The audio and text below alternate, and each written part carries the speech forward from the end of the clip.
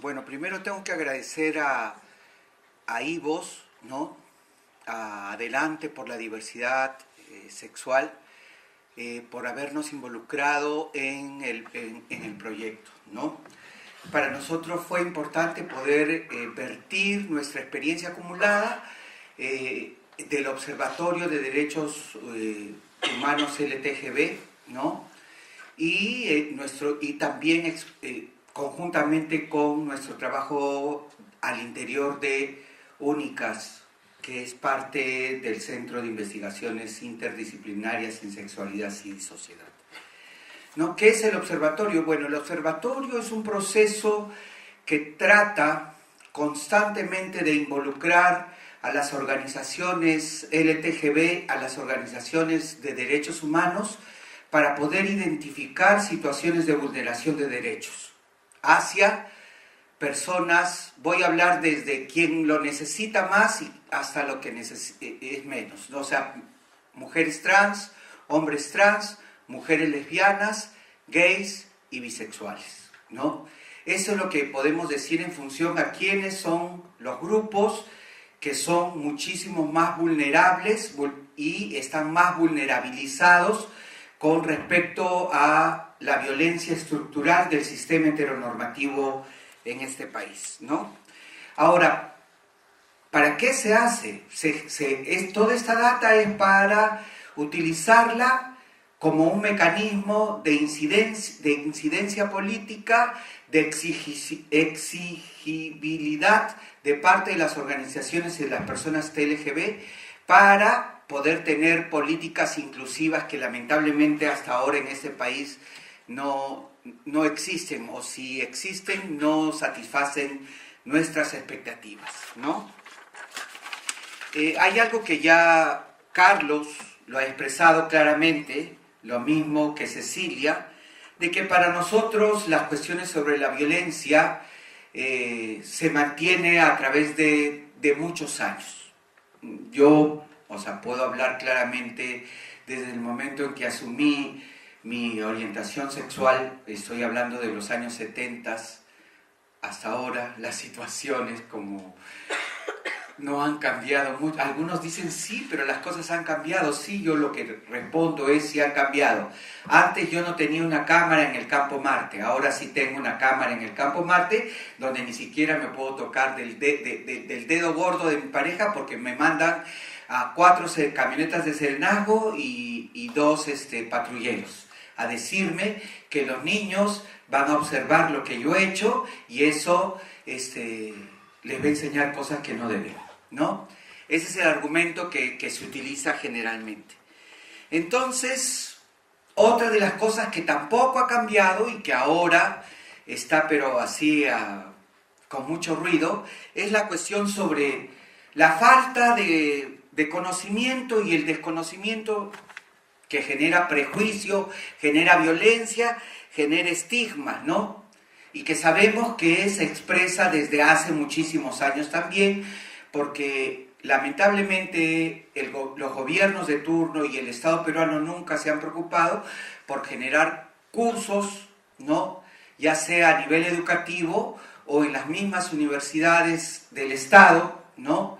Y otras instancias para poder romper con el mito de lo que es el prejuicio, el estigma y la violencia hacia las personas con otra orientación sexual, ¿no? O sea, ¿qué pasa? Que el Perú aparentemente ha firmado documentos vinculantes, ¿no? Que si es que el Congreso los aprueba, con la Organización de Estados Americanos desde el 2008 más o menos, y de Naciones Unidas a partir del 2011 más o menos, ¿no? Pero también ha firmado la Plataforma de Acción al Cairo y en ningún momento se han visto implementados en políticas públicas específicamente para mejorar el reconocimiento de derechos, no solamente de las personas LGTB, sino también de las mujeres, niños y adolescentes, ¿no? Entonces, acá hay una cuestión bien clara. ¿Quiénes son ahora las personas más afectadas?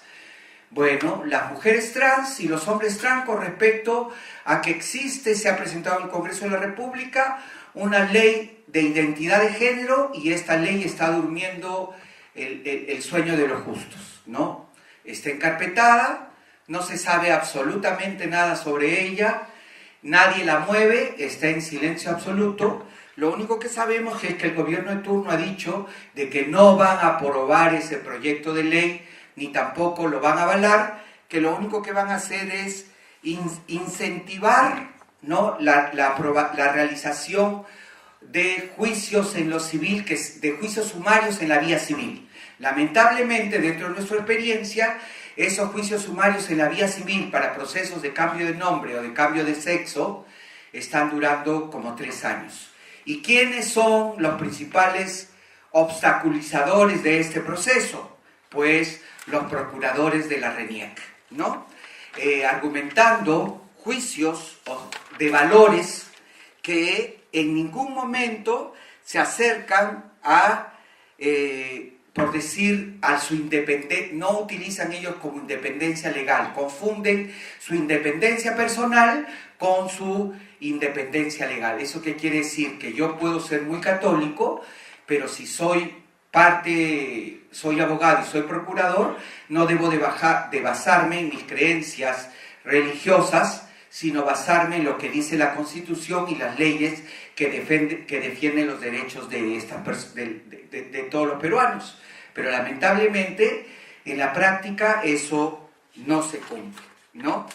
Entonces, también eso es un gran problema que dificulta la realización de las personas, de los hombres y de las mujeres trans. Y eso valida la violencia estructural, ¿no?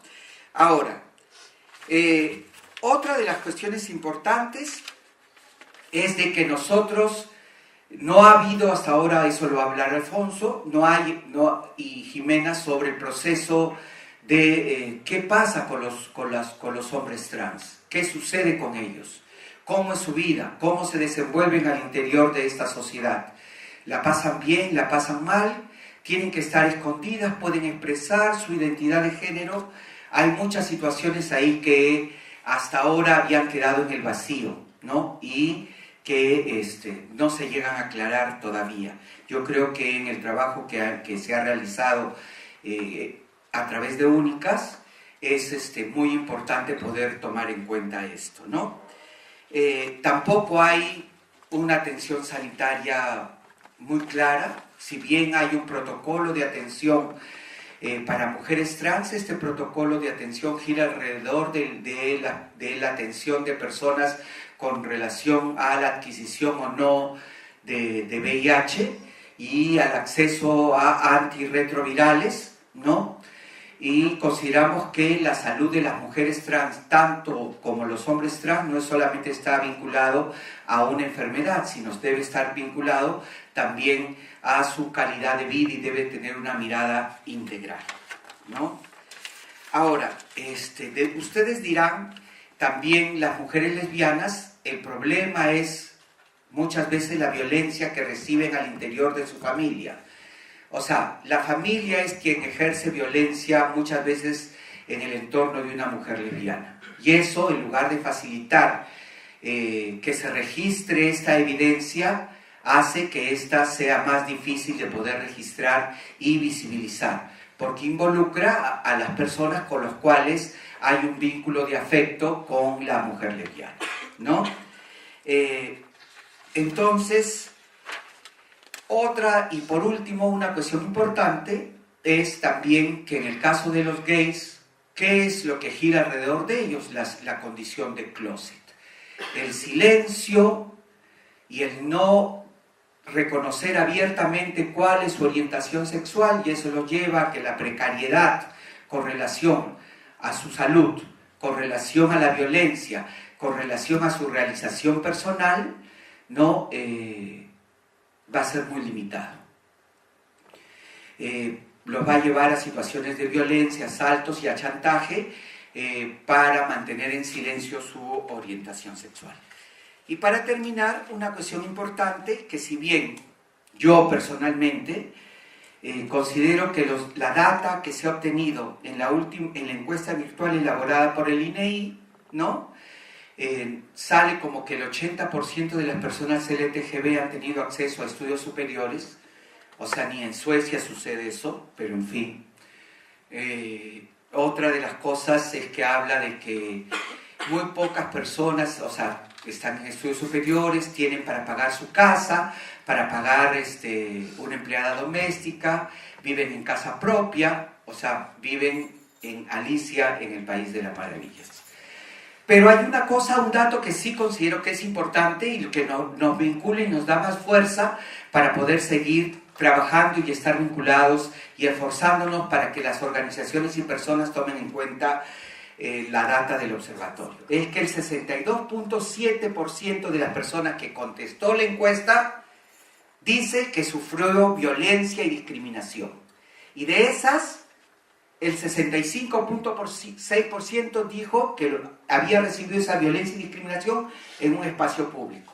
Y el 57.6% en el ámbito educativo, a propósito de la currícula escolar y de los textos lanzados ahora por este ministro, que más podría ser otra cosa que ministro de Educación, porque lo único que va a incentivar es el nivel de bullying homofóbico y violencia hacia las personas gays, lesbianas, trans y bisexuales en este país, llevando a que el abandono escolar sea muchísimo mayor y reafirmar la heteronormatividad como lo único que existe en ese país y violentando continuamente a las personas LGTB, ¿no? Y yo lo único que espero es que la próxima semana se pueda hacer un análisis muy breve y puntual con el Ministerio de Justicia a ver sobre qué avances ha habido con relación al Plan Nacional de Derechos Humanos 2018-2021, que yo lo veo un poco difícil. Bueno, eso es parte de lo que es nuestro trabajo.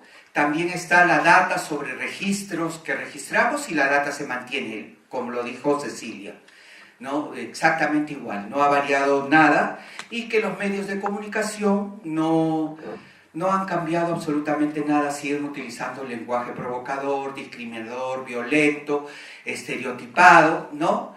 Y que lo único que generan es mayor violencia sobre todas aquellas personas que ellos consideran que deben tener una vida de menor calidad de vida por el simple hecho de ser gays, lesbianas, trans y bisexuales. Gracias.